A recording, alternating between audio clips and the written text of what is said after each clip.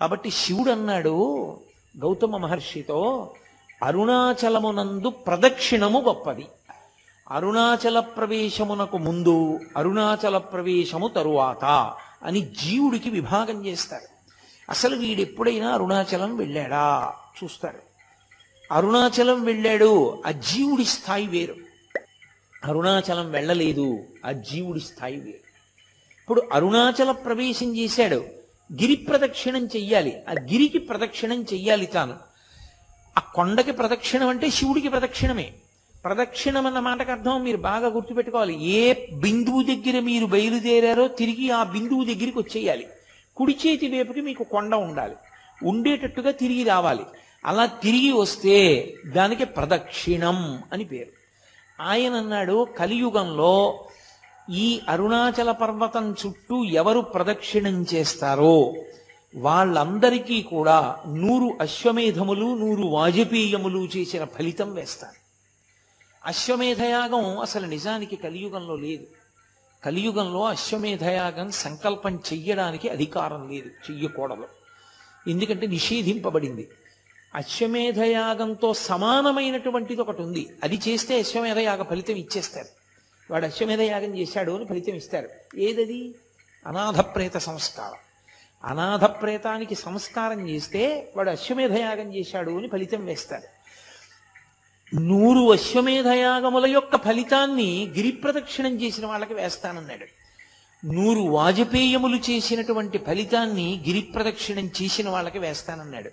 అంటే దాని ఉద్దేశ్యం, అసలు అరుణాచలం అనేటటువంటి క్షేత్రం ఒకటి ఉంది, దానికి ఇంత ప్రాశస్త్యం ఉన్నది, పరమశివుని యొక్క పరిపూర్ణమైన అనుగ్రహం ఉన్నది, అక్కడికి వెళ్ళాలనేటటువంటి కోరిక పుట్టడం జరగదు. ఎందుకని? అసలు కొన్ని కోట్ల జన్మలెత్తితే తప్ప అరుణాచల పర్వతం గురించి తెలుసుకోడు. అరుణాచల వైభవం అన్న మాట వినడు. కాబట్టి పక్కన పెట్టేయి. విన్నాడు, అది మనసులో హత్తుకుని అరుణాచలంలోకి ప్రవేశిస్తానన్న మాట అన్నాడు పో, అహంకారం వదలలేడు. ఏదో ఒకటి వెంట పెట్టుకుంటాడు. వెంట పెట్టుకుని నేనింత వాణ్ణని డాంబికానికి పోయాడా ఆయన లోపలికి రానివ్వడు. అహంకార పరిత్యాగం చేశాడా లోపలికి రానిస్తాడు. అందుకే అరుణాచలంలోకి వెళ్ళాడు అంటే వాడికి ఏదో అధికారం ఉంది, పరమేశ్వరానుగ్రహాన్ని పొంది ఉన్నాడని గుర్తు. అందుకే లోపలికి రానివ్వరు. అటువంటి క్షేత్రాల్లో పరమ ప్రఖ్యాతమైన క్షేత్రములు అరుణాచలము, కాశీపట్టణము, ఇవన్నీ. ఎందుకని? అగస్త్య మహర్షి స్కాంద పురాణంలోనే కుమార సంహితలో చెప్తారు, ఎన్నో క్షేత్రాలకి వెళ్ళి నమస్కారం చేసినటువంటి పుణ్యము పరీపాకమైతే కాశీపట్టణంలోకి రావడానికి అర్హత వస్తుంది. అసలు అన్ని క్షేత్రాలకి జీవుడు ఎప్పటి నుంచో వెడుతుంటే ఆ ఫలితం ఉంటే తప్ప కాశీలోకి వెళ్ళలేడు. కుదరదు, అవతలబమ్మన్నారు. ఇక అరుణాచలం తత్తుల్యం, అంత గొప్పది. అరుణాచల ప్రవేశము అంత తేలికైన విషయం కాదు. అలా ఆర్తి కలిగిన వాళ్ళకి చిన్న చిన్న విషయాల దగ్గర నుంచి పెద్ద పెద్ద విషయాల వరకు ఆయన అనుగ్రహించాడు ఆ ప్రదక్షిణ తత్వంలో. అందుకే కామ్యమునందు కూడా మీకు ప్రత్యేకంగా కోరి ప్రదక్షిణం చెయ్యక్కర్లేదు. ఆదివారం నాడు ప్రదక్షిణం చేశాడనుకోండి, ఆదివారం నాడు ప్రదక్షిణం చేసి వచ్చేస్తే సూర్యమండలాన్ని భేదిస్తాడు జీవుడు. శరీరం పడిపోయిన తర్వాత శరీర పతనానంతరము సూర్యమండలాన్ని ఛేదించి కైలాసంలో శివలోకానికి వెళ్ళి శివ సాన్నిధ్యమును పొందుతాడు. ఒక సోమవారం నాడు ప్రదక్షిణం చేశాడనుకోండి, జరామృత్యువులను దాటతాడు. జరామృత్యువు అంటే వృద్ధాప్యము, మృత్యువు. ఇదొక చిత్రమైనటువంటి విషయం. చాలామంది త్రిదళం త్రిగుణాకారం త్రినేత్రంచ త్రియాయుధం అంటుంటారు, కానీ అలా లేదు. అసలు యథార్థ పాఠం త్రియాయుషం అనుంది. త్రియాయుషం ఏకబిల్వం శివార్పణం. త్రియాయుషం అంటే 3 రకములైన ఆయుర్దాయాల్ని కోరుతారు. నేను వృద్ధాప్యాన్ని చూడాలని నేను కోరుకోవాలి. బాల్యము, కౌమారము, యవ్వనము దాటి నేను వార్ధక్యాన్ని చూడాలి అని అడగాలి. ఎందుకో తెలుసా? వార్ధక్యాన్ని చూడలేదు అంటే అపమృత్యువు. నా మనవల్ని ఎలా చూస్తాను? నా మనవల్ని చూసేశాను అనుకోండి, నేను నా 2వ తరాన్ని చూసేశాను. 2 తరాలు చూసేశాను అంటే లౌకికంగా నేను నా ఆయుర్దాయం చేత పరిపూర్ణంగా వంశంలో ప్రధానమైన మలుపులు చూసేశాను. ఇప్పుడు నేను వానప్రస్థానికి ఈశ్వరుణ్ణి చేరుకోవడానికి తపస్సు చేసుకోవడానికి వెళ్ళవచ్చు, అర్హత పొందుతాను. ముందే పడిపోయిందనుకోండి శరీరం, అసలు ఇంకా కొడుకు లేడు, కొడుకుని చూడలేదు, తను చెయ్యవలసిన కర్తవ్యాలు పూర్తి చేయలేదు, అది అపమృత్యు దోషం అంటారు దాన్ని. అలా పడిపోకూడదు శరీరం. కాబట్టి అపమృత్యు దోషం పోవాలి అంటే జరా అంటే వృద్ధాప్యమునందు చింతతో అమ్మో ఇది పడిపోతుందేమో, అమ్మో ఇది పడిపోతుందేమో, అమ్మో ఇది పడిపోతుందేమో అని బెంగతో కాకుండా అమ్మో ఇది పడిపోకముందే చేసేయాలనేటటువంటి తాపత్రంతో చెయ్యగలిగినటువంటి స్థితిని పొంది తదనంతరము ఇక మళ్ళీ ఇంకొకసారి చావవలసిన అవసరం ఉండదు. అది ఆఖరి చావు. అంటే ఇంకోసారి పుట్టడని గుర్తు. పుడితే కదా చావడం. అది ఆఖరి వృద్ధాప్యం. ఆ ఆఖరి వృద్ధాప్యం భయంతో ఉండదు, ఆ ఆఖరి వృద్ధాప్యం త్వరతో ఉంటుంది. ఓ జుట్టు తెల్లబడిపోతోంది, 60 వచ్చేసాయి, చేసేయాలి గబగబా మంచి కార్యక్రమాలన్నీ. ఈపాటి ఓపిక ఉండగా సంధిబంధములు సడలిపోకముందే ఈశ్వరారాధన చేసేయాలి, ఈశ్వరుడిచ్చిన సమయాన్ని సాధ్యమైనంత వెచ్చించేయాలి అని త్వర కలిగి భగవదారాధన యందు మగ్నుడవుతాడు. మగ్నుడై ఆ భావనతో భావనతో భావనతో భావనతో ఉన్న కారణం చేత శరీరం పడిపోతున్నప్పుడు కూడా పటికి బెల్లం తిన్న నోరులా ఆ పారవస్యంతో పడిపోతాడు. పడిపోయిన కారణం చేత భగవంతుని యొక్క స్మరణలతోనే వెళ్ళిపోయాడు కాబట్టి ఇక మళ్ళీ రాడు కాబట్టి ఇక ఇంకొకసారి చావడు, ఇంకొకసారి పుట్టుక లేదు, ఇంకొకసారి మరణము లేదు. అందుకని జరామరణములను దాటాలి అంటే సోమవారం నాడు ప్రదక్షిణం చేయాలి. నువ్వు వేరే ఏమీ అడగక్కర్లేదు. ఏ రోజు ప్రదక్షిణం చేసినా ఫలితమే. ఈ కాలమా ఆ కాలమా అలా ఏం లేదు. మంగళవారం నాడు ప్రదక్షిణం చేస్తే సార్వభౌమత్వము. అయితే నేను ఇక్కడ మీకు ఒక మాట చెప్పవలసి ఉంటుంది. స్వయంగా భగవాన్ రమణులే చెప్పిన మాట. అరుణాచలంలో అరుణగిరికి ప్రదక్షిణానికి మంగళవారము శ్రేష్టము, చాలా మంచిది. మంగళవారం నాడు గిరి ప్రదక్షిణం చేస్తే ఎందుకో తెలుసా? అది అగ్ని కొండ, పావకి సుబ్రహ్మణ్య తత్వం, అది సుబ్రహ్మణ్య క్షేత్రం, శివానుగ్రహం. అక్కడ మంగళవారం నాడు ఉదయం కుజహోర ఉంటుంది. కుజుని యొక్క శక్తిని తగ్గించగలిగిన వాడు సుబ్రహ్మణ్యుడు. మంగళవారం సుబ్రహ్మణ్యానుగ్రహాన్ని ప్రోధి చేస్తుంది. అందుకే మంగళవారం నాడు ప్రదక్షిణం చాలా గొప్పది. సూరి నాగమ్మ గారు ప్రతి మంగళవారం గిరి ప్రదక్షిణానికి వెళ్ళేవారు. అప్పుడు మంగళవారం నాడు ప్రదక్షిణం చేసిన వాడు సార్వభౌముడవుతాడు. సార్వభౌముడవుతాడు అన్న మాటకు అర్థం చక్రవర్తి అంటే రాజ్య పరిపాలనే అనుకోక్కర్లేదు. భక్తి సార్వభౌముడు కావచ్చు, వైరాగ్య సార్వభౌముడు కావచ్చు, జ్ఞాన సార్వభౌముడు కావచ్చు. కాబట్టి మంగళవారం నాటి ప్రదక్షిణం సార్వభౌమత్వాన్ని ఇస్తుంది. బుధవారం నాడు గిరి ప్రదక్షిణం చేసినటువంటి వాడికి అపారమైనటువంటి పాండిత్యం అబ్బుతుంది. పాండిత్యం అంటే ఏవో కొన్ని పద్యాలు కొన్ని శ్లోకాలు చెప్పడం అనుకుంటున్నారేమో, కాదు. పండాహ అంటే భగవంతుని యొక్క జ్ఞానము కలుగుట. భగవద్జ్ఞానము కలగాలి అంటే తనంత తానుగా లోపల పొటమరించాలి అంటే బుధవారం నాడు ప్రదక్షిణం చెయ్యాలి. గురువారం నాడు నియమంగా అరుణాచలానికి ప్రదక్షిణం చేసిన వాడు లోకగురువు అవుతాడు. అంటే జగద్గురు స్థానాన్ని పొందుతాడు, అంతటి మహానుభావుడు అవుతాడు. అంటే బహుశః లోకం కోసం పుట్టిన కారణజన్ముడే తప్ప కర్మ అనుభవించడానికి పుట్టిన జన్మ కాదది. అటువంటి స్థితిని పొందుతాడు.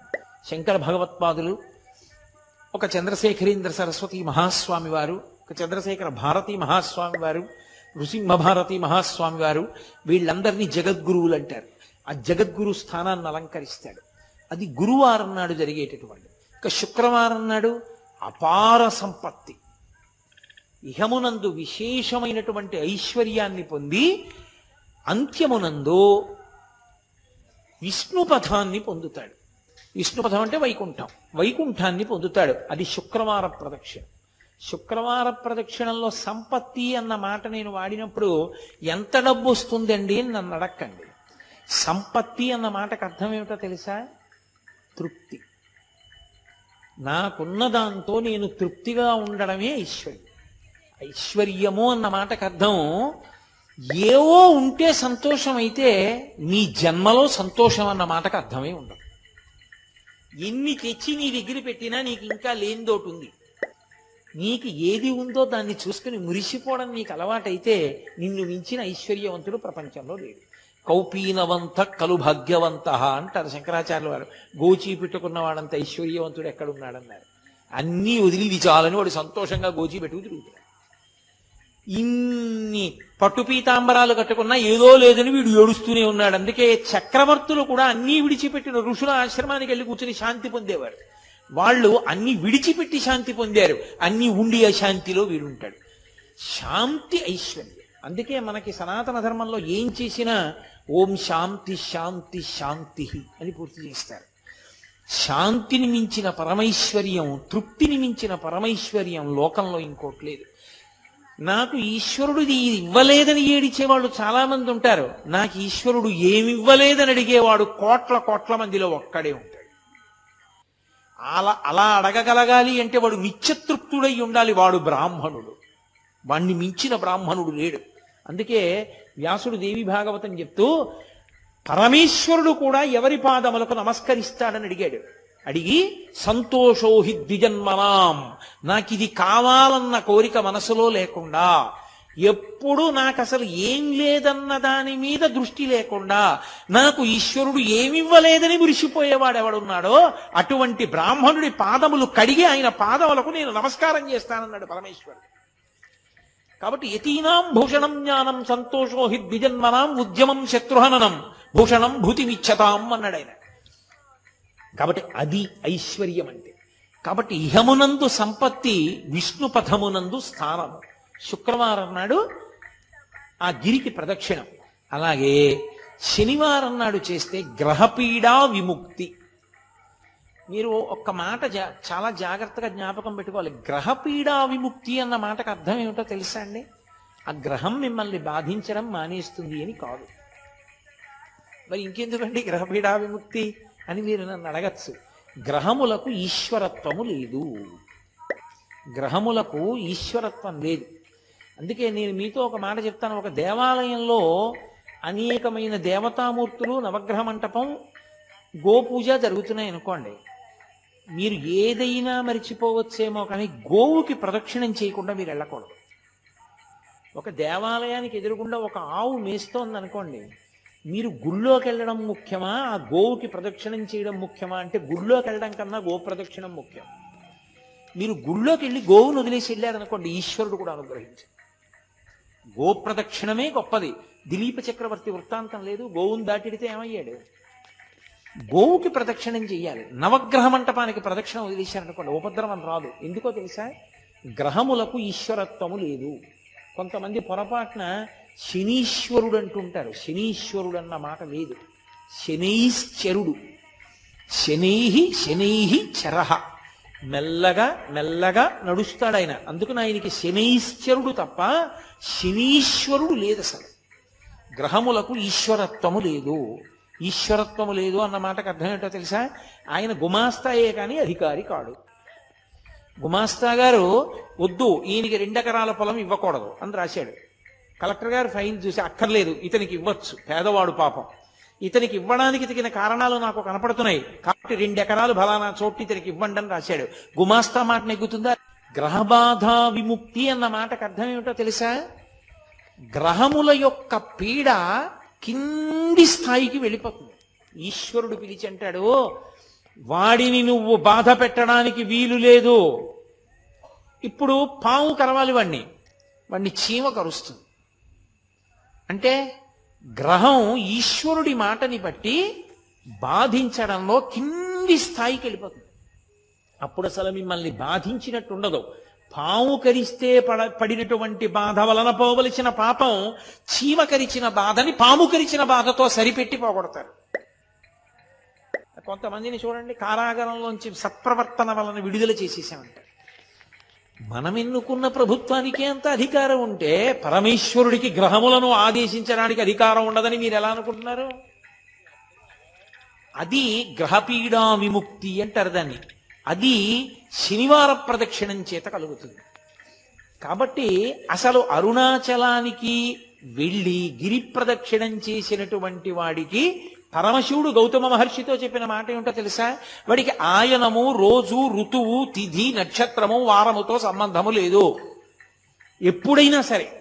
అయితే ఈశ్వరుని యొక్క అనుగ్రహము కాలమునందు విశేషమైతే ఉత్తరాయణ పుణ్యకాల ప్రవేశము, అలాగే ఒక గ్రహణ సమయమునందు, అలాగే ఒక పౌర్ణమి తిథి ఎందు, అటువంటప్పుడు ప్రదక్షిణం చేస్తే విశేష ఫలితము సంక్రమిస్తుంది.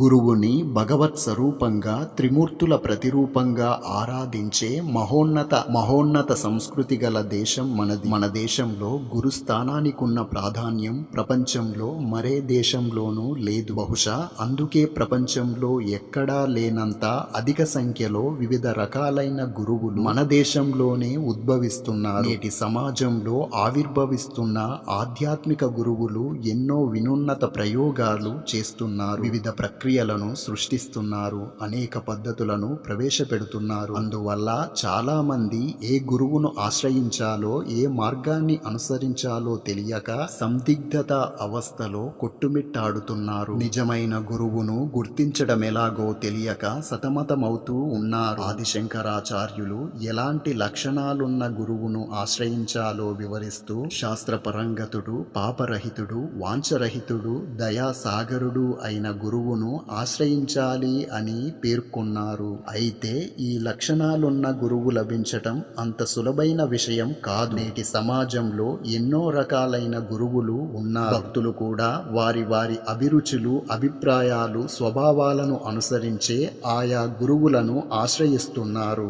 అయితే ఈ లక్షణాలున్న గురువులు లభించటం అంత సులభమైన విషయం కాదు. నేటి సమాజంలో ఎన్నో రకాలైన గురువులు ఉన్నారు. భక్తులు కూడా వారి వారి అభిరుచులు, అభిప్రాయాలు, స్వభావాలను అనుసరించే ఆయా గురువులను ఆశ్రయిస్తున్నారు. వివిధ ప్రయోజనాలను ఆశించే భక్తులు ఉండబట్టే వివిధ రకాల గురువులు ఉద్భవిస్తున్నారు. అయినా ఈ భగవంతుని సృష్టిలో ప్రతి వస్తువుకి ఓ ప్రయోజనం, ప్రతి వ్యక్తికి ఓ ప్రాధాన్యం ఉంటుంది. అందువల్ల ఎవ్వరిని తూలనాడరాదంటూ శ్రీరామకృష్ణులు తమ స్వీయ అనుభవాన్ని ఇలా వివరించారు. గురువు తన్మయంతో ప్రసంగిస్తూ భక్తులను పరవశింపజేసేవాడు, కానీ అతని ప్రవర్తన సరైనది కాదు. మిథ్యాచారాన్ని మానుకోమని చెప్పడానికి నేను అతని దగ్గరికి వెళ్ళి, అయ్యా, మీరు తన్మయులైనట్లు నటిస్తూ భక్తులకు బోధనలు చేస్తున్నారు. మీలో ఎన్నో అవలక్షణాలు ఉన్నాయి. సచ్చీలం లేని మీలాంటి వారి ప్రసంగాల వల్ల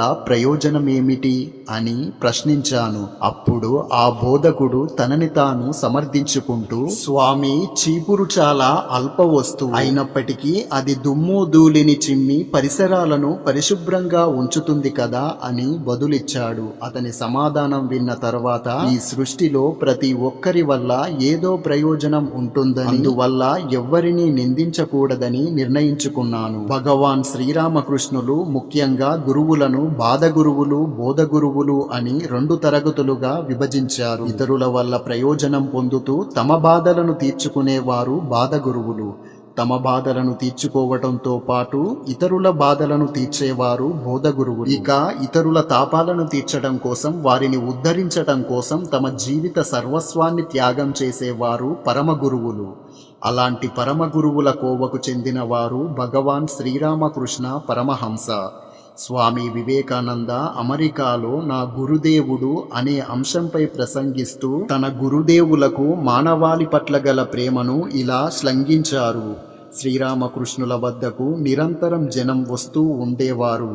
ఆయన రోజుకు 20 గంటల పాటు భక్తులతో సంభాషించేవారు. అనారోగ్యానికి గురైనప్పటికీ దీనజనుల దుఃఖాలను ఉపశమింపజేయడానికి వెనుకాడలేదు. దీన జనోద్ధరణలో తన ప్రాణాలను సైతం అర్పించారు. అందుకే స్వామి వివేకానంద తమ గురుదేవులను ప్రాణార్పణ, జగతార్పణ, జనులను ఉద్ధరించడానికి ప్రాణాలను అర్పించిన ఓ గురుదేవా అని స్తుతించారు. ఆదిశంకరాచార్యులు వివరించిన శాస్త్ర పరంగతుడు, పాపరహితుడు, వాంఛరహితుడు, దయాసాగరుడు అయిన ఈ ఆధునిక యుగంలో అవతరించిన పరమ గురువగు పరమహంసలో దర్శిద్దాం. ఆదర్శ గురువు శాస్త్రపరంగతుడై ఉండాలని ఆదిశంకరాచార్యులు తెలిపారు. కానీ శ్రీరామకృష్ణులు కనీసం ప్రాథమిక విద్య కూడా పూర్తి చేయలేదు. మాతృభాష బెంగాలీ కూడా సరిగ్గా రాదు. అలాంటి నిరక్షరాస్యుని వద్దకు ప్రముఖ ధార్మికవేత్తలు, సంఘ సంస్కర్తలు, పండితులు, కళాకారులైన కేశవ్ చంద్ర, ఈశ్వర చంద్ర, బంకిం చంద్ర, ప్రతాప్ చంద్ర, గిరీష్ చంద్ర, ఇలా ఆనాటి మేటి చంద్రులంతా ఈ జ్ఞాన సూర్యుణ్ణి ఆశ్రయించి తమ సంశయాలను నివృత్తి చేసుకునేవారు. ఆనాటి ప్రముఖ పండితులంతా ఏ శాస్త్రము చదవని ఈ నిరక్షరాస్యుని పాదాలను ఆశ్రయించారంటే మరి శ్రీరామకృష్ణులు నిజంగా పరమోన్నత గురువే కదా. శ్రీరామకృష్ణులు పరమ పవిత్రతా స్వరూపులు అనటానికి ఆయన సాధన కాలంలో జరిగిన ఒక సంఘటనను తెలుసుకుందాం. ఒకరోజు శ్రీరామకృష్ణులు పంచవటి కింద కూర్చొని ఉన్నప్పుడు ఆయన శరీరంలో నుండి కాలు నలుపు గల ఒక భయంకర వ్యక్తి బయటకు వచ్చాడు. మరుక్షణమే ఆయన శరీరం నుండి కాషాయంబదారి అయిన మరొక వ్యక్తి త్రిశూలం చేతబట్టుకొని బయటకు వచ్చి కారు నలుపు గల భయంకర వ్యక్తిని వధించాడు. భయంకర ఆకారం గల వ్యక్తియే పాపపురుషుడని శ్రీరామకృష్ణులు తెలిపారు. అప్పటి నుండి శ్రీరామకృష్ణులు అపవిత్రత వస్తువులను గాని అపవిత్రత వ్యక్తులను గాని తాకినప్పుడు ఆయన శరీరం కొంకర్లు తిరిగిపోయేది. శరీరం దహించిపోతుందన్నంత బాధను అనుభవించేవారు. అయినప్పటికీ ఆయన ఎవ్వరినీ నిరాదరించలేదు. అపవిత్రుల్ని పవిత్రుల్నిగా మార్చే పరుసవేది ఈ పరమహంస. ప్రచారమే పరమవధిగా ధనార్జనే ధ్యేయంగా ఉన్న నేటి ఆధునిక యుగంలో అవతరించిన శ్రీరామకృష్ణులు ఈ కీర్తి కనకాలకు కడుదూరంగా జీవించారు. ఒకసారి కేశవ చంద్రసేన్ శ్రీరామకృష్ణుల వైభవాన్ని కీర్తిస్తూ ఇండియన్ మిర్రర్ అనే పత్రికలో ఒక వ్యాసం రాశారు. ఈ విషయం తెలిసిన శ్రీరామకృష్ణులు కేశవ్తో, కేశవ్, నిన్ను నా గురించి ప్రచారం చెయ్యమన్నానా? ఇంకెప్పుడు ఇలాంటి పనికి పూనుకోవద్దు అని మందలించారు. అలాగే ఒకసారి మధుర్ బాబు శ్రీరామకృష్ణులకు సంవత్సరానికి 25,000 రూపాయలు ఆదాయం వచ్చేలా ఏర్పాటు చెయ్యదలిచాడు. ఈ విషయం తెలిసిన శ్రీరామకృష్ణులు మధుర్ని పిలిపించి, మూర్ఖుడా, నువ్వు నన్ను ప్రాపంచికుడిగా మార్చాలనుకుంటున్నావా అంటూ కోపగించుకున్నారు. ప్రాపంచిక విషయాల పట్ల లేశమైన వ్యామోహం లేని ఈ పరమహంసను పరమత్యాగి కాదనగలమా?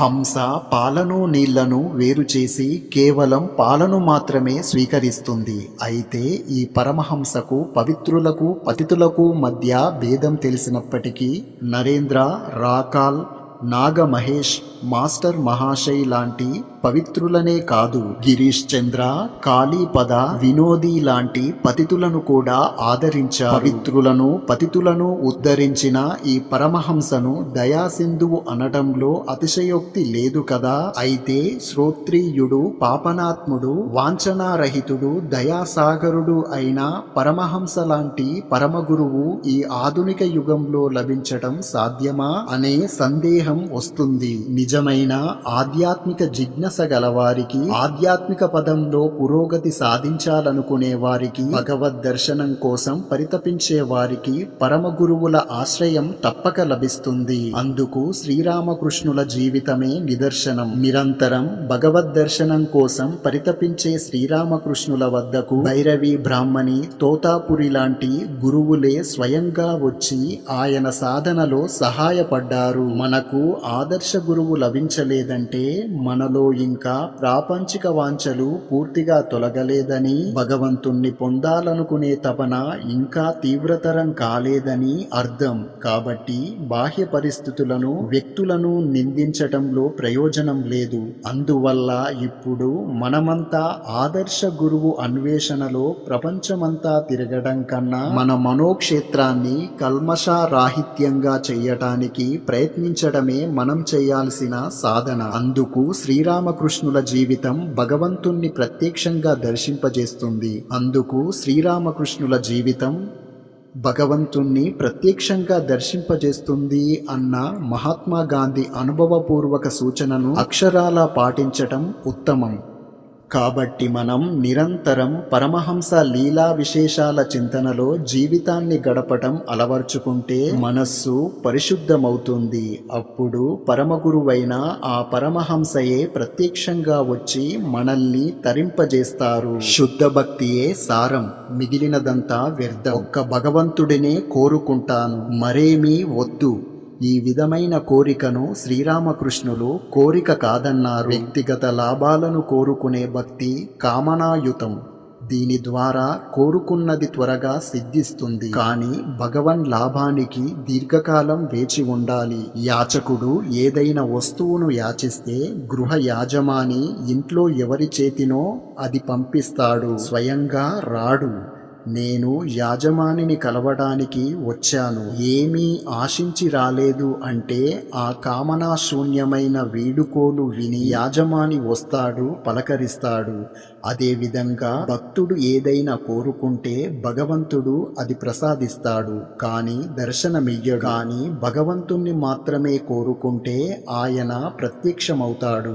ఎవరు కామనారహితమైన భక్తి కలిగి ఉంటారో వారు విషయభోగాలకై ఎదురు చూడరు. అవి వారికి అవసరం లేదు. కామనాయుతమైన భక్తి మూలంగా కూడా భగవద్దర్శనం కాగలదు, కానీ దీర్ఘకాలం పడుతుంది. ఎందుకంటే భోగక్షయం కానిదే, కోరికలు పూర్తిగా సద్దుమణగనిదే దర్శనం కాదు. కనుక శ్రీరామకృష్ణులు శుద్ధ భక్తి ద్వారానే ఆయనను శీఘ్రంగా పొందగలం అన్నారు. శ్రీరామకృష్ణులు స్వయంగా భక్తి తాత్పర్యాన్ని విశదీకరించారు. శరణాగతి లేదా ఆత్మసమర్పణ సంపూర్ణంగా చెయ్యడమే భక్తి. దానినే విశదంగా మనోవాక్కులతో ఆయన భజన ధ్యానాలలో లీనమై ఉండటం అన్నారు. సర్వసాధారణంగా ప్రాపంచిక పనులు, ఆలోచనలు, ఇచ్చిపుచ్చుకోవడాలలో మన మనోవాక్కులు లీనమై ఉంటాయి. ఈ కారణంగా మనం భగవంతుణ్ణి మరచి ఎన్నో విషయాలలో మునిగి దుఃఖాలను అనుభవిస్తాం. ఫలితంగా జనన మరణాల వలయాల నుండి బయటపడలే. కష్టాలు ఇముడిస్తాయి. కానీ సాధకుడు తన మనోవాక్కులను భగవంతుని సేవలో వినియోగిస్తే భగవద్దర్శనం తప్పక కలుగుతుంది. ప్రాపంచిక చింతలేమి చెయ్యని వారికి మనశ్శాంతి లభిస్తుంది. ప్రాపంచిక చింతలేమి చెయ్యని వారికి మనశ్శాంతి లభిస్తుంది. స్వభావం చేత ఎవ్వరూ ఏ పని, ఏ ఆలోచన చెయ్యకుండా ఉండలేరు. కనుక శారీరక, మానసిక, వాంఛిక కర్మలను భగవన్ముఖం చేస్తే శాంతి, భగవద్దర్శనాలు లభిస్తాయని శ్రీరామకృష్ణులు అంటున్నారు. భక్తి అంటే ఏమిటి? మనోవాక్కులతో చేసే ఆయన సేవ. కాయంతో అంటే చేతులారా పూజించటం, కాళ్ళతో తీర్థయాత్రలు చెయ్యటం, చెవులతో ఆయన చరితం, నామ గుణకీర్తనలు వినటం, ఆయన విగ్రహాన్ని కనులారా దర్శించటం, మనస్సు సర్వదా ఆయన చింతన, ధ్యానం చెయ్యటం, ఆయన లీలలను స్మరించి మననం చెయ్యటం, వాక్కు ఆయనను స్తుతించటం, ఆయన భజనలు చెయ్యటం, ఇవన్నీ. శ్రీరామకృష్ణులు తమ స్వీయ అనుభవాన్ని ఇలా వివరించారు. గురువు తన్మయంతో ప్రసంగిస్తూ భక్తులను పరవశింపజేసేవాడు, కానీ అతని ప్రవర్తన సరైనది కాదు. మిథ్యాచారాన్ని మానుకోమని చెప్పడానికి నేను అతని దగ్గరికి వెళ్ళి, అయ్యా, మీరు తన్మయులైనట్లు నటిస్తూ భక్తులకు బోధనలు చేస్తున్నారు. మీలో ఎన్నో అవలక్షణాలు ఉన్నాయి. సచ్చీలం లేని మీలాంటి వారి ప్రసంగాల వల్ల ప్రయోజనమేమిటి అని ప్రశ్నించాను. అప్పుడు ఆ బోధకుడు తనని తాను సమర్థించుకుంటూ, స్వామి, చీపురు చాలా అల్ప వస్తువు అయినప్పటికీ అది దుమ్ము ధూళిని చిమ్మి పరిసరాలను పరిశుభ్రంగా ఉంచుతుంది కదా అని బదులిచ్చాడు. అతని సమాధానం విన్న తర్వాత ఈ సృష్టిలో ప్రతి ఒక్కరి వల్ల ఏదో ప్రయోజనం ఉంటుందని, అందువల్ల ఎవ్వరినీ నిందించకూడదని నిర్ణయించుకున్నాను. భగవాన్ శ్రీరామకృష్ణులు ముఖ్యంగా గురువులను బాధగురువులు, బోధగురువులు అని 2 తరగతులుగా విభజించారు. ఇతరుల వల్ల ప్రయోజనం పొందుతూ తమ బాధలను తీర్చుకునేవారు బాధగురువులు.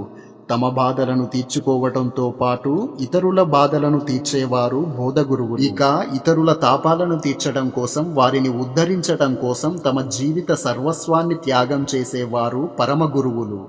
అలాంటి పరమగురువుల కోవకు చెందిన వారు భగవాన్ శ్రీరామకృష్ణ పరమహంస.